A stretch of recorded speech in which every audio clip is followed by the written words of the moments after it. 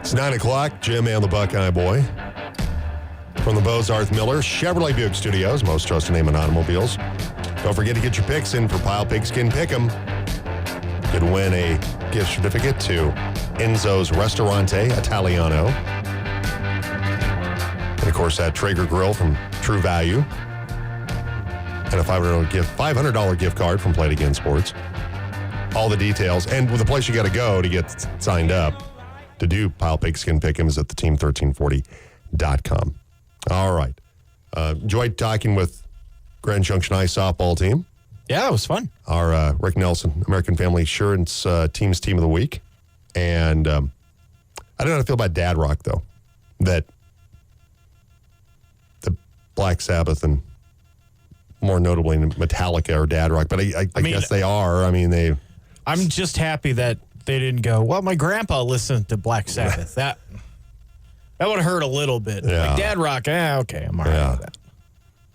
Because now it's not, you hear Metallica and Black Sabbath, you're like, well, all right, that's. But see, Black Sabbath, though, could be stuff your grandpa listened to. No, now, it is, but it's not. It's metal to us because at the time when they each came out, they were new.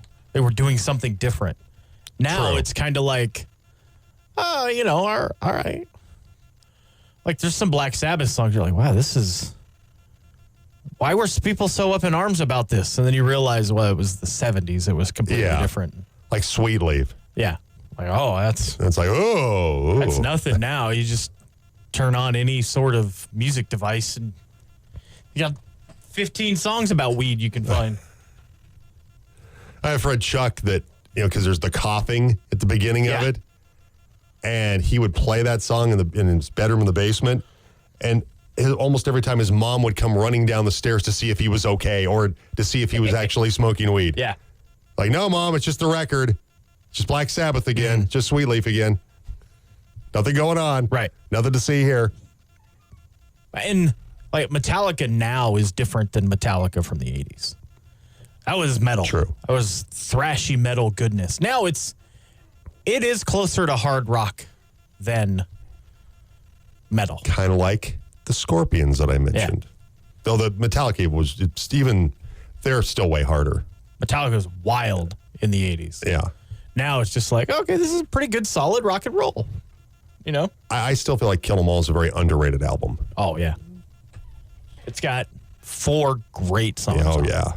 Oh, it's incredible. Metal Militia is a great song. Whiplash is one of my favorite songs. Whiplash is great. Seek and Destroy is great. Seek and Destroy is one of my favorite Metallica songs. All right, so we had our predictions for the NFL season. Neither one of us have the Broncos going to the Super Bowl, or the Browns, in your case, going to the Super Bowl. I have Cincinnati beating Detroit in the Super Bowl. I have Cincinnati beating San Francisco. So just avenging Ken Anderson. Right? Wasn't he one of the Super Bowl quarterbacks?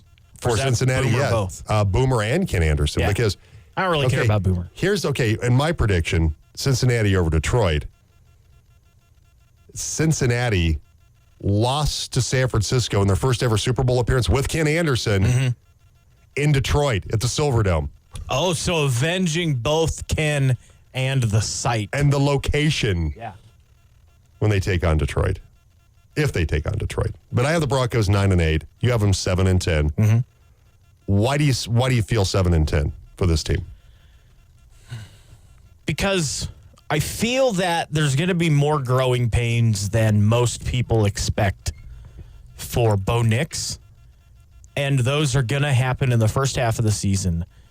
And those are the winnable games. Okay. And then the back half of the season, once it turns over to November, it's a crucible. And it's going to be tough to get wins. It would have been tough to get wins with a 10-year vet and the roster that they've assembled around him. I don't know how much a rookie's going to be able to do. And I may be wrong. Yeah. I feel that it's the first 8 weeks, Seahawks, Steelers, Bucks, Jets, Raiders, Chargers, Saints, Panthers. You're going to have to get 5 or 6 wins there to be in the playoff chase, because then you have Ravens, at the Chiefs, Falcons, at the Raiders, Browns, Colts, at the Chargers, at the Bengals, Chiefs. There's 2 or 3 wins in there if things fall right for you. They just have to fall right for you, you know? And so... Right, and I think, I'm not trying to, maybe I'm drinking the Kool-Aid. I do think Bo Nix will be better than some people think. Do I think he's going to throw for 4,000 or 5,000 yards? No. That would be better than some people. Do I think? No, I'm not. I don't think he's going to throw for 55 touchdowns. He's going to have a Peyton Manning like year where he sets the record for touchdowns in a season. And no, I do think that he'll take care of the ball. I feel like the line is going to be better, and they're going to run the ball more effectively, which takes a lot of pressure off of him. They need somebody to emerge as a big-time playmaker, though, among the receivers. Is that Cortland Sutton? Is it Marvin Mims? That does kind of concern me. Is it Dulcich? Can he stay healthy? Because if Dulcich is healthy, he could be a shockingly good weapon, a big-time weapon for Bo Nix. Yeah, he can be a Kelsey Kittle light. Agreed. If he stays healthy. But that's been a big if for him, though. That's a huge if. I feel like what they've done up front, they're much better. I love the depth at the edge rusher position, particularly the drafting of Jonah Ellis. I think Baron Browning will be much better. I think Jonathan Cooper will be much better. As far as playmakers, Benito's looked good. I feel like the safety spot still concerns me a little bit. But I feel like cornerback-wise, I think Riley Moss is going to surprise people. He's going to be a really good compliment, not just because he's an Iowa guy, just because he's a good football player. A really good compliment to PS2. He's going to get a lot of balls coming his way. Better be ready. I feel like they're going to be, I feel like they've made improvements, and the roster is better than some people think. Do I feel like that they're a 10, 11, 12-win football team? No, I don't at this juncture. But I do feel like they've addressed areas of need. Quarterback being one of them. And I do feel like Bo Nix is going to take his lumps. There's going to be games he's going to look like a rookie. But I also feel like he's a guy that's a quick learner. And I feel like he's a guy that quickly can look at himself, I think, objectively, and is open to criticism and open to coaching. Is he going to be is the team around him going to be as bad as the Panthers or the Commanders maybe this year? No. But with a rookie and having some of those growing pains and lumps in the moment, coaches can sometimes turn to other players on the offense to help kind of take some of that load off. And I don't know, for me, if the Broncos have a guy that you roll out the footballs and that guy's making plays. I feel like the running game has to be that, though. Right, but I don't think right now they aren't that. They could be. Could be. What's the we're dealing on could be here. Yeah, like for the Titans for years and years and years. I don't know if it's currently the case, but for the Titans, roll out the football. Derrick Henry's going to make plays. Travis Kelce is going to make plays. Kittle, Christian McCaffrey, right. You know, for a time, Saquon Barkley. They are going to make plays. Nick Chubb, going to make plays. I don't know if the Broncos have a guy that I look at, that guy's going to make a play today. I feel like it's going to be with the running backs. It's definitely going to be by committee. Yeah, there's a lot of guys that could make a play It's like today. Marvin Mims. Marvin Mims could be a really big-time vertical threat. Could be. Could be. Cortland That's a huge could word be. this year. And and I'm trying to have the confidence that those could-be's are, yeah, that's going to happen. But for Bo Nix to be successful, two things have to happen. Number one, running game's got to be good. It's got to be much better than it was last year. It has to be much, much better. And it's not so much on the backs themselves, but McGlinchey and Powers and Bowles. What's up front? All those guys have to be better. And then defensively, I feel like what they've done with the defensive line and the edge rushers they have, I think the Cody Barton signing has been a good one with him and Singleton inside. I do feel like they've addressed what was a major weakness. The run defense was a major weakness last year. They were one of the worst run defenses, and they're going to be taking on a team who's also one of the worst run defenses in the league last year in Seattle. I feel like they've improved. I think Zach Allen's going to be better in year two. I think DJ Jones is going to be better this season.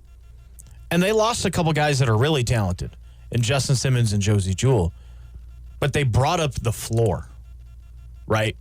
For, if you add all the guys together from last year, you give them add-on ratings and you add them all together, last year to this year, the total number is probably similar. Yeah. The top 3 guys are different. The numbers are a little lower after PS2, but the bottom 5 guys are better than the bottom 5 guys a year ago. So I think the defense might be better than even Vance Joseph allows them to be. I do too. I feel that way. Still not Top entirely. 10? I don't think so. Not entirely sold on. PJ Locke was good last year, and I think he'll be even better this year. Not sold on what Brandon Moore, I don't the even know safety who they that brought is. from the Dolphins, Yeah, because we haven't seen him. He didn't play in the preseason. Can they win at Seattle? Yes, even though they're a 5.5 point dog. At least last time I looked. I have to check in today. Can they beat Pittsburgh at home? Pittsburgh's defense is really good. Russ's homecoming. Russ's homecoming. I'm anticipating the ovation. They have winnable games. I'm not, even though I have the Jets making the playoffs, I'm not sold on the Jets. They do have to go there and play. They have back-to-back 11 o'clock games. Yeah. That is the challenge of the first half of the season, is the back-to-back 11 o'clock window. The benefit, though, is, at least right now, the last guy to beat them as the Jets quarterback is a Bronco. That's true. So, I mean, they've got There's that. Then they've got the back-to-back weeks at home against the division, against the Raiders and the Chargers. Go to New Orleans, but that's an evening game. That's a Thursday Short nighter. week. Short week, though. Coming off against it'll be interesting to see what the Chargers look like. yeah. And Justin Herbert continues to have some foot issues. That could be first 6 weeks are, even 7 weeks are coin flips. To me, I think so. they can I go do. either way. And I can see him winning in Seattle. I can see him losing to Pittsburgh at home. I could see Baker getting them in Tampa. I could see them beating the Jets because the Jets could be a dumpster fire. They could be good, but they could be a dumpster fire they and could be. anywhere in between. You never know what's going to happen in the Raiders game. You haven't beaten them in a long time. Chargers, again, don't know what's going to happen. Is Herbert going to be healthy by then? Is he going to be worse? Yeah. What are they going to look like under Jim Harbaugh? The Chargers the last 3 years were not a very tough team. And they lost a lot of games because of how soft they were. and that will change under They're him. not going to be soft. No. They may not be very good, but they're not going to be soft. And then the Saints on a short week. And then we look at, they got Carolina at home. That's What you the definitive win on Which the you'd like to schedule. think that's a game that they win. But here's the thing. Okay, they go to Baltimore. But year one with Russ, remember they went to Baltimore and barely lost? Yeah. And that was a year where the offense was terrible. Kansas City. They've played Kansas City now the last couple of seasons, really close to getting obviously a win last year to end the long losing streak. They step it up for Kansas City. I could see them getting the Chiefs one time this season. Yeah, they could. Probably not the one on November 10th at Arrowhead, but I could see them getting the Chiefs. And then they're at home against the Falcons, who I have winning the division in the NFC South. They go to Vegas. Then they got your Browns at home. That could very well be Zach Wilson versus Jameis Winston. To me, there are a lot of games here that are somewhat of a toss-up a little bit. Because you look back at some of these teams they played the last couple of years, and they played them close when the offense was dreadful. Putrid. Yeah. And they wrap it up with, at Cincinnati and home against Kansas City. That's a tough finish to the season. And if they're in the playoff hunt, that could be a defining moment, those last two games. See, and for me, I don't know how good the Raiders are going to be this year. Are they going to be I don't know. I have no idea. I have no idea. I'm with you. I have no idea how good the Vegas Raiders are going to be. So you take out the Raiders of the last 8 games, 7 games. Start with the Falcons. But they've had down domination of the Broncos recently, though. That's true. Take that game out. So your last 6 games down the stretch, starting November 17th, you could very well have 6 teams that need wins. Yes. To stay in the playoff hunt. Very desperate football teams. You know, and you may be as well. Yeah. But Falcons are going to be in the playoff hunt. I don't have them making it, but I wouldn't be surprised if they did. They're not going to go anywhere with Kirk Cousins in the playoffs, but they'll be in the playoffs. Browns, there's no telling what's going to happen. At week 13, the Browns could be 11-2. They could be 2-11. How good are the Colts going to be? How good are the Colts going to be? Are they going to be in the hunt in the South? I don't think they're getting a wild card. They have to win that division. Yeah, I think so, too. How close are they going to be? And what's Anthony Richardson going to be? Is it going to be Joe Flacco at that point? Which that's a whole different, bag of bananas. At the Chargers, at the Bengals. Chargers could be in a playoff chase. Bengals maybe looking for home field advantage. Chiefs could be looking for home field advantage. I guess I just look at the schedule and easier in the front half than the back half. Mm-hmm. But there's nobody on here that I go, they don't have a chance. True? Is that fair to say? No, that's fair. They don't have a shot. They don't have a shot. I think they have a shot against everybody on this schedule. Because even when they've not been very good, mm-hmm. they've played Kansas City tough. They have played Baltimore tough in Baltimore. Yeah. And I get it, Baltimore's going to be a little bit different with Derrick Henry. That creates a challenge for defenses. Just John Harbaugh, run the triple option all day. That'd be great. I'd love that. Like, what do you need? You need to throw the ball? Why? Come on, you know you don't really like that. Run the triple option. 2 tight ends, jumbo set. You love old school football. Come on. Fullback dive, little sweep option type deal. Whole game. Like when Marv Levy, when he was at the Chiefs, ran the triple option. Mm-hmm. Or they ran the wing T. They ran the wing T. Yeah. Could do that too. Because they had receivers that were hurt, and so he ran the wing T for a while. Yeah, do it. Yeah. Just do that. Come on, What's the Jim. worst that could happen? Come on, Jim. Come on, Jim. John, other Harbaugh. Oh, you want John? Oh, yeah. I want both. I want them both to do it. Well, I would more apt to watch Jim Harbaugh run the triple option than John. I think Jim actually would. But the thing is, with John though, you're right. You got the talent there to do that. Lamar, you could run triple option. Mm-hmm. Jim Harbaugh got Colin Kaepernick to quarterback a team to the Super Bowl. What can he do with Justin Herbert? That's true. No offense. Chargers will be interesting to see what that team looks like with parting company with Keenan Allen and what that and now dealing with what's becoming a ongoing injury situation for Justin Herbert. There are 3 teams in the AFC where I have absolutely no idea what's going to happen. Jets, Browns, Chargers. Yeah. Jets could be really good, or it could blow up. They could be 14-3 or 3-14. Yeah, we could see either one. Yeah, that's and how anywhere in between. That's we're parity. Yeah, to a degree. I mean, while the Chiefs are still the class of the league, you still have teams though like the Ravens and the Bengals. You go, they could get them. Yeah, they could get them. The Bengals have got Kansas City. There's parity until MLK Day, and it's usually the Chiefs, the Niners, the Ravens, maybe the Eagles, depending on which Eagles team shows up, that kind of thing.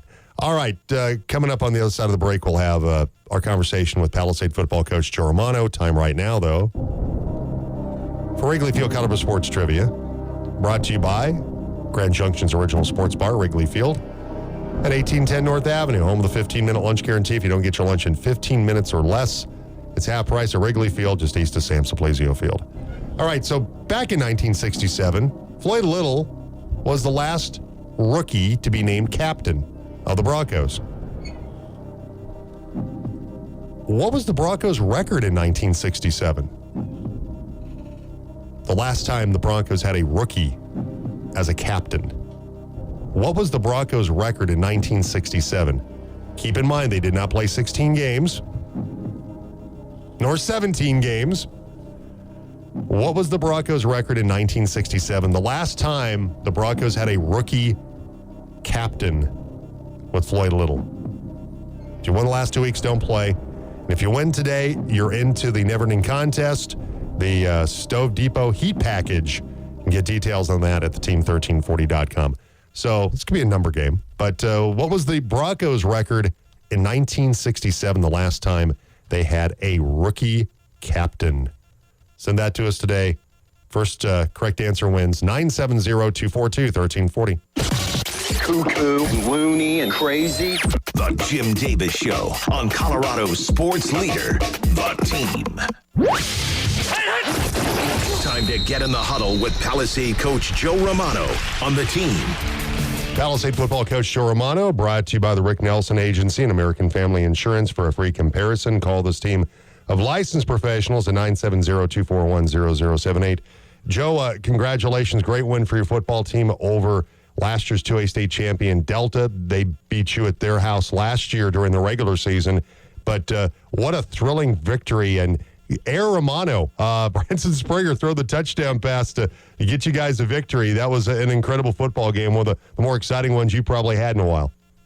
Well, I've never had one quite like that with what we do, but it was a huge win for us against a fabulous opponent. And, always have had tremendous respect for Delta and everything they do, and we've always had really good games over the years, and they've kind of owned us the last couple, and obviously being the state champs. So it was a big win for our guys because we have been down a little bit, and we're hoping that we can rebound on it a little bit. And for Branson Springer, getting his first start at the varsity level as a quarterback, 3 of 9, 80 yards, threw the touchdown pass to Carter Hayward, who had a couple of catches for 74 yards. But that last one, covered, I believe, 54 yards. That was the big one where Branson Springer able to unload that deep ball to Hayward to come up with a touchdown. Well, it was. It was just we got in between, kind of split the coverage deep, and we were just, it's fortunate to be on that end of it because they call it Hail Mary for a reason. It was to have that possibility, to have that opportunity was huge for us, and I'm proud of our players because they just hung in there even in the last minute. So, really, really big time win for us. Of course, came up with the game-clinching interception against a really good quarterback, an all-state caliber kid in Ty Reed to finish off that football game. But it's about running the football, too. As exciting as throwing the Hail Mary touchdown pass was for Branson Springer, it's about your running game. 246 yards in the ground. Cade Carter had a really good game, 105 yards on the ground. Caleb Johnson pounded out 64 yards as well. He had some pretty good balance when it came to your running game.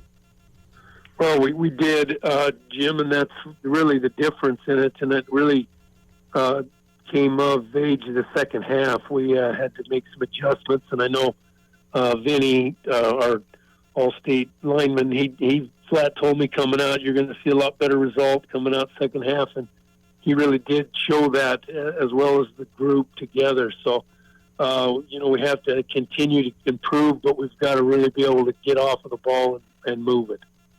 Palisade football coach Joe Romano with us. Bulldogs with the 30-27 victory over Delta to open up the season. Now you take on another Highway 50 opponent, this time the Montrose Redhawks, who got to the 4A semifinals last year, lost that heartbreaking game to Erie, and they're off to a 2-0 start. They went to Greeley West and just manhandled them last Friday night, and they lost Blake Griffin to graduation. They lost a lot of talent, Jackson Killen and others. But as it's usually the case with Brett Mertens, they just reload, and Chase Meehan had a couple of touchdowns, one of those on a kickoff return. They have Aiden Grijalva, which is a really good running back for them. They've, once again, because of what, kind of like with your football team, Joe, with what you got up front, what they've got up front, that's the big key to Montrose's success is their offensive line play. Yeah, and then there's, Jim, it's a lot like Delta, just very well coached. They do a great job in all phases of their system, and the utmost respect for them as well, man. And they've been kind of dominant. They've been very dominant of us the last 3 years. So we realize that, and we know we've got our hands full. I know in talking to Brett Mertens, he said last year when you faced him, he's like, look, that's a team that's got a lot of talent. He goes, Joe's kids are just young last year. He goes, I expect them to be a really, really big test for us Friday night. And so I think he's already, Joe indicated his respect for what he saw last year in a game that, they certainly controlled, but saw the talent that you have, the young guys that you have that are now a year older and a year better. Well, we hope that we can use that. I mean, everybody uses Montrose as a gauge. I mean, they've been the dominant program. They've been 4A. They've been up in the top the whole time. So, and just like you said, Jim, they're losing like really close games in the semifinals, and could have gone either way. So, they're the real deal, and we know that. So we got to go on the road, and it's a tough environment, but man, that's what high school football is all about. This will be a great test for us.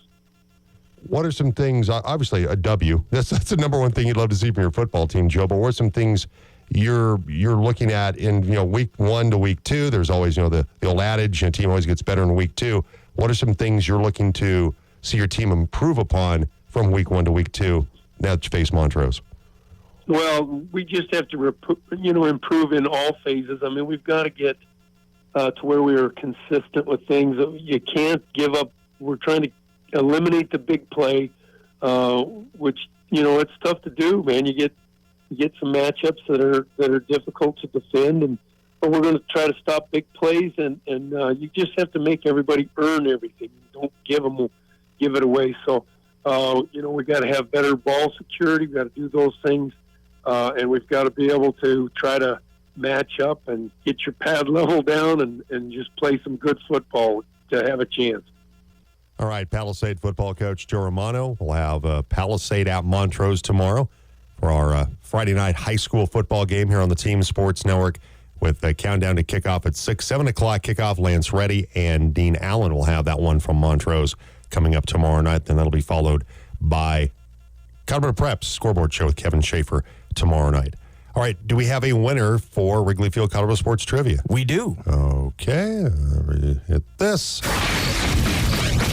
And now, ladies and gentlemen, the winner of the contest. It's another winner on the Team Sports Network. Jim was first in the door, 3-11. Yeah, they went 3-11. But the one positive note for the Broncos from that season, they beat the Lions in the preseason. Mm-hmm. So they were the first AFL team to beat an NFL team. Oh. With the win in the preseason. Or exhibition back in the day. I always am fascinated by what counts in the preseason and what doesn't. Right. Like that one, and people throw in parades for Caleb Williams' first touchdown pass. Technically, yes, but in reality, not really. You know what I mean? Right. Like, sometimes the preseason count. Like, nobody said anything when Michael Tolia hit a single in spring training 2 years ago. It's like, oh, first big league hit. First no, it's hit, not. baby. So, I always am fascinated by what counts and what doesn't. All right. Get a text from Bronco Sarge. Actually, a couple of texts. Just wanted you to have me in your thoughts. Oh, okay. Just picked up Titan's driving permit and we're returning from Delta now with him behind the wheel. So I guess you had to go to Delta to get his driving permit? Sometimes the Delta office is easier. Is a lot more streamlined, easier, accessible than the Mesa County. It's been a while since office. I've had to deal with that. So my wife went to Delta to change her name because she could get in there 5.5 weeks earlier. Oh, really? Than Grand Junction. Wow, I did not know that. Yep. Okay, that makes some sense. Also, as you know, I'm a bit of a Broncos fan. Well, hence the name Bronco Sarge. I'm a little bit in the Mark Johnson boat and pumping the brakes on Bo Nix. My projection for the season, 17-0 and a trip to the Super Bowl. Oh, so much for that pumping the brakes. See, he's joking, but that's really the fan base. Anything less than that will be abject failure. like I said, I'll take 180 and a touchdown and he doesn't turn it over Sunday. And they win. That's all I care about. They win. That's all I care about. That's all that matters. If they win and he's hot garbage and he gets picked twice and they have to go to Jarrett Stidham, he's still got the win and that's good, but that's not good. But it's not like everything's over either. It's his first game. Mm-hmm. Can't get too high. You can't get too low. Anything under 350 and 3 touchdowns is a waste of a draft pick.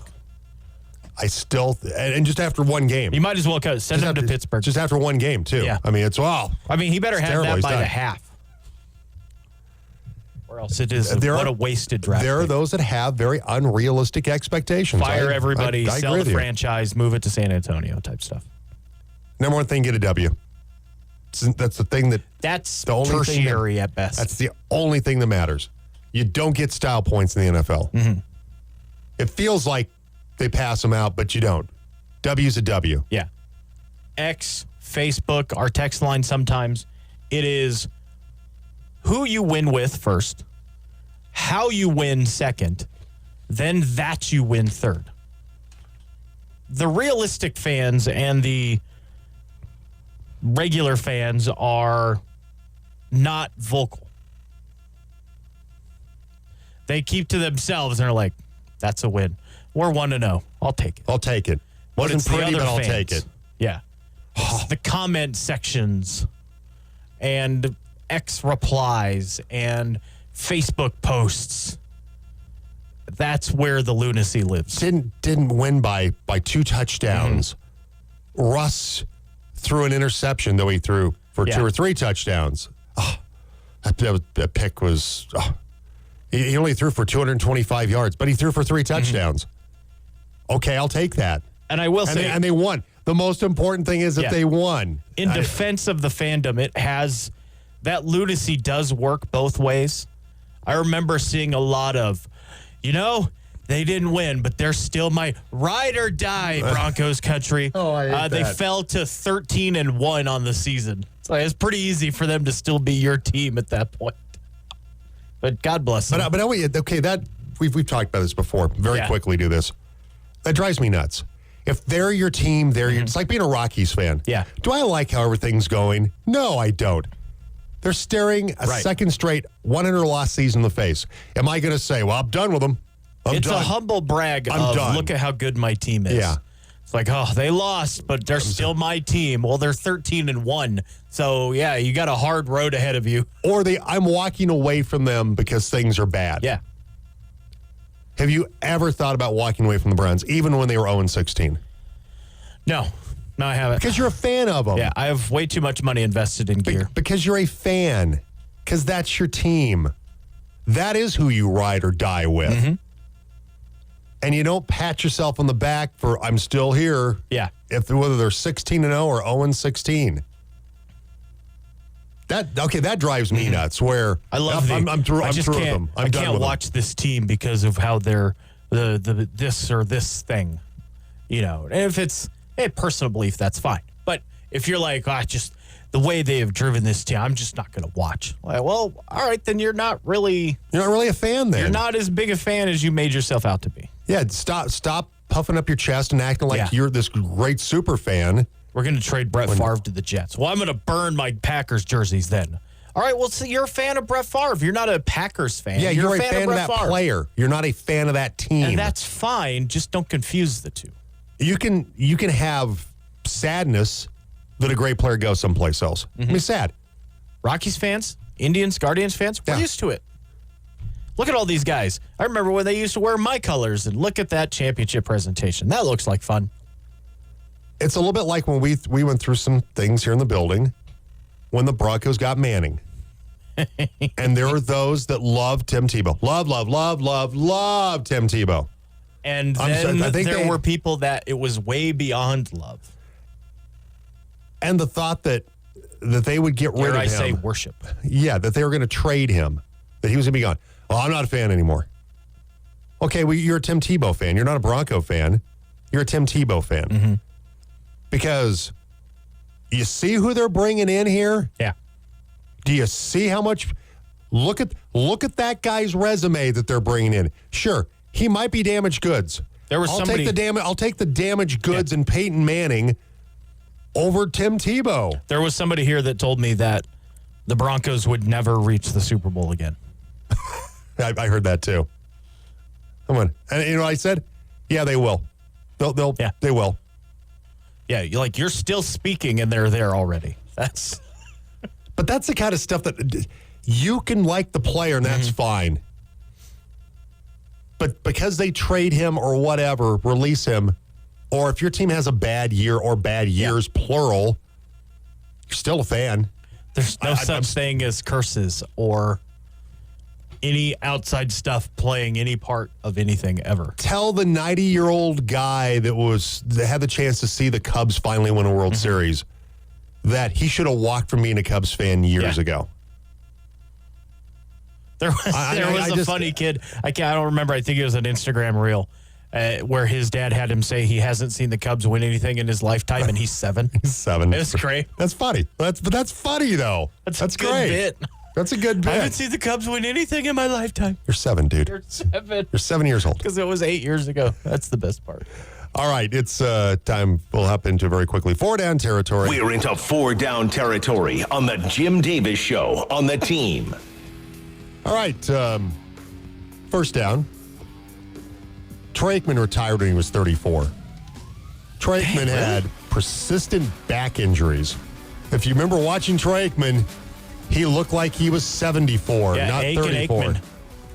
Him and John Elway both walked like John Wayne. Exactly. Aikman says that with today's rules protecting quarterbacks, he would have never suffered those back injuries, and he would have probably played a whole lot longer. And he says that protecting the quarterback is the biggest change to the game from the days when he was playing. He said, I'd probably say the protection on the quarterback. This was from a podcast. I played 12 years. I would have played much longer. And I think the norm going forward is going to be we're going to see quarterbacks playing until they're 40 and beyond. So he tends to think that Tom Brady is not entirely an outlier there going forward. Yeah, he might be right. The two things that would have created a national nightmare for people who don't like the Cowboys is the current quarterback rules and the current turf. Yep. Imagine if Troy Aikman and Michael Irvin didn't get hurt as much as they did. What that team could have done. Oh, absolutely. Dave Campo, Barry Switch, doesn't matter. The matter's coaching that football team. That team was a juggernaut. And if the quarterback rules were different, yeah, he's right about that. And because they are different now, guys are going to play longer, which I think it's a good thing. It's a great thing. Yeah. All right, second down. Giants are going to take on Philadelphia in Brazil. Wide receiver Darius Slayton, a bit concerned about being misidentified, confused for one of his opponents. Because earlier this week, Eagles defensive back Darius Slay said on his Big Slay podcast he's not looking forward to playing the game in Sao Paulo, Brazil, because the crime rate there is crazy. And he said he told his family not to travel for the game because of safety concerns. Well, Darius Slayton took to social media to make sure people of Brazil don't get him confused with Darius Slay because they have similar names. Dear people of Brazil, my name is Darius Slayton. I play wide receiver for the Giants. I am innocent, he put on X. You wouldn't need to put that out there if Darius Slay wasn't right in the first place. Yeah. Slay has since apologized about his comments. Yeah. That's probably to the folks of Brazil. I do love the fact because of Brazilian soccer that green is banned in that stadium by the soccer club that plays there, right? Right. Doesn't affect the NFL game, but the NFL goes ahead and sends the two teams that wear green. Of course. I think that's fantastic. Watch this. You think the NFL is not just going to bowl over somebody's rules? They don't care. They have a problem with green. Yeah, it's great. Third and fourth down. Third down. There will be at least one game every week this season on a streaming service. You have Thursday Night Football. Right. You have ESPN, because they're technically a streaming service. Cable, but streaming, satellite. So not over the air. Correct. There will be one game. Peacock and Netflix. So that's an interesting thing to keep an eye on. And this is more personal for me, but it will have a Broncos country tie-in. The Browns have announced their Whiteout Series games and dates with the white pants, white jerseys, white helmets. There's going to be 3 of them. They're going to be at Las Vegas week 4, home to Kansas City week 15, and at the Denver Broncos Monday Night Football. You know what's interesting about that? The Denver Broncos will be debuting their white helmets. They're going to for the snow that cap. game. Yeah, it will be a colorless helmet game for the most part. White helmets on both sides coming up December, featuring Jameis Winston against Zach Wilson. Shut up. That's going to be fun and multitudes of drunkitude for yours truly. No. I refuse to watch that quarterback matchup sober.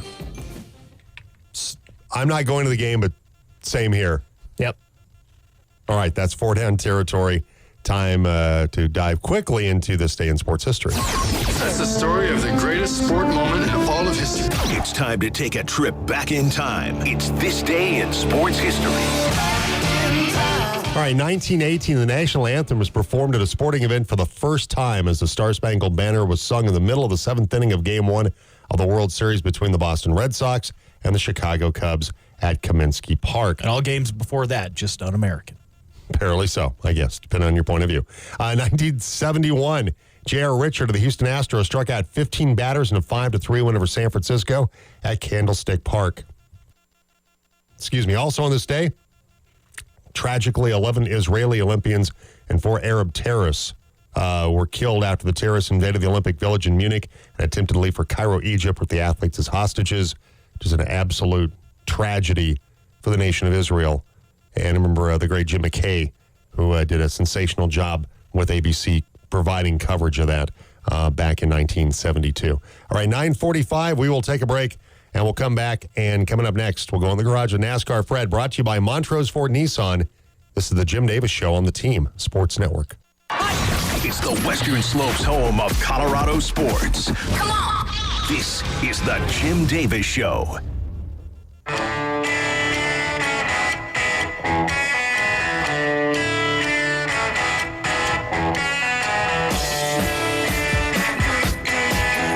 Welcome back, 9:48. Jim along with the Buckeye Boy from the Bozarth Miller Chevrolet Buick Studios, the most trusted name in automobiles.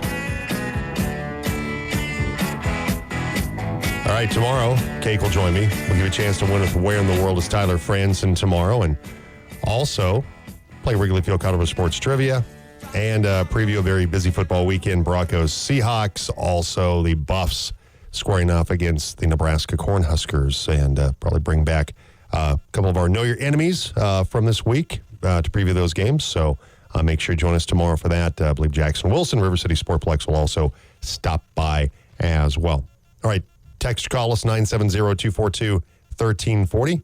And are we going to be able to get Fred or? No, our phones are offline. Oh, okay. So that's it's not a Fred. okay. So that's why It's he an said, us. well, my phone never rang. Yeah. So That's because it won't go out. okay, so we will just go ahead and adapt, improvise, and overcome here. You want to go ahead and play the open? Now, to anyone out there who wants to go fast, anybody, I want to go fast. Like an oval, so we're going to drive straight and then we're going to be turning to the left. Green flag, get ready to go in the air. Boogity, boogity, boogity. Let's go racing, boys. All right, it's time to go in the garage. Minus NASCAR Fred Yeah. because we can't call him. I'm 'cause our glad they phones are waited down. till 9 to take the phones down, though, at least. We had all of our other interviews able to get in. That this was morning. good Yeah. that they waited until at least now for that to happen. They're like, all the real shows are done at 9, so let's take the phones down. Okay. Brought to you by Montrose Ford Nissan. Not just a better deal, a better dealership. Pricing information at montrosefordnissan.com. Is that what they told you? Is that the exact words they used? It was close enough. No, they just said our phones were down. Okay. And I heard I rebooted it from Bob's voice, and I'm like, oh, no. It's not good. Uh-oh. So as the Cookout Southern 500, Darlington and Chase Briscoe gets a win there with Kyle Busch second, Christopher Bell third, Kyle Larson, followed by Ross Chastain. Those were your top 5 last Sunday. So now we move on to the Quaker State 400 Atlanta Motor Speedway coming up this Sunday. And it's 1 o'clock our time. And it'll be on USA TV, by the way, for that race at Atlanta. And just looking at the odds, Joey Logano, Denny Hamlin, Brad Keselowski, some of your odds favorites. So mostly Denny Hamlin for that race. The Ambetter Health is that it? It's a Quaker State 400. Yeah, I don't know why it is. Okay, this is an old one. Guess some old odds. Great. Thanks a lot, Google. Thanks, Google machine. Yeah. So anyway, it is the Quaker State 400. How did we all fare last week? Not great. Well, I didn't fare great. Christopher Bell, with the fifth place finish for Fred, gets him 2 points for a top 5. Okay. He is now into a tie for second, unfortunately, because William Byron didn't finish. That's 3 straight DNFs for yours truly, and 5 in the last 7 races. You suck at this.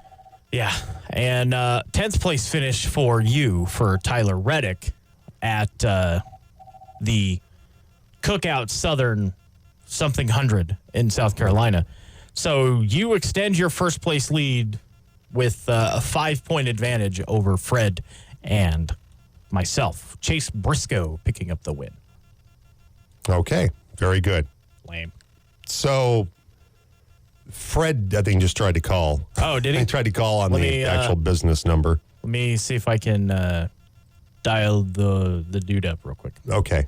So we'll try to at least get Fred on for the picks anyway, coming up in just a moment. From Dylan on the text line, going to be a wild NFL season. There's a reason Metallica was nicknamed Alcoholica back in the day.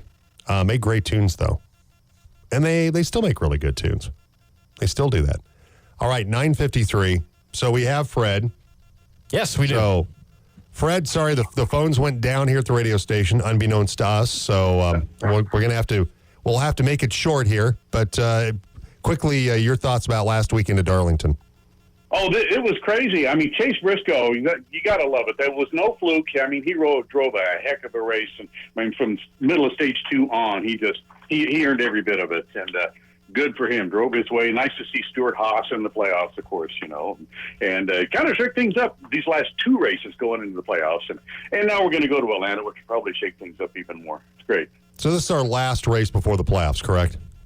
This is first race of or this first race of the playoffs, excuse me. Okay. This is the first race of the playoffs coming up at Atlanta, yeah. All right. So give us your thoughts. Quaker State 400, Atlanta Motor Speedway this Sunday. Your thoughts about the first race of the playoffs.